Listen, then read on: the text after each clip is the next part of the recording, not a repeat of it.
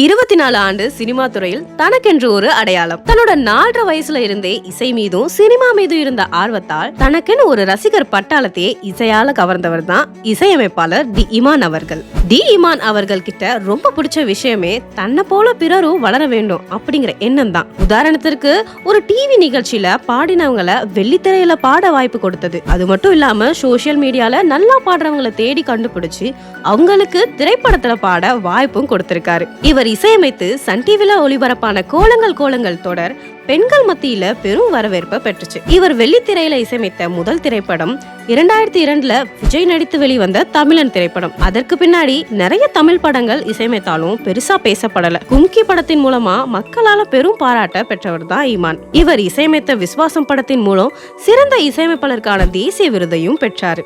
Cinema மட்டும் இல்லாம சமூகத்துல பின்தங்கிய நிலையில் உள்ள குழந்தைகளோட கல்வியையும் ஆதரிக்கும் பல முயற்சிகளுடன் இணைந்து செயல்பட்டு வராரு. இப்படி சமூக அக்கறையும் பொறுப்பும் கொண்ட இமான் அவர்களுக்கு ஓம்லி என்டர்டைன்மெண்ட் சார்பாக பிறந்த நாள் வாழ்த்துக்களை தெரிவித்துக் கொள்கிறோம்.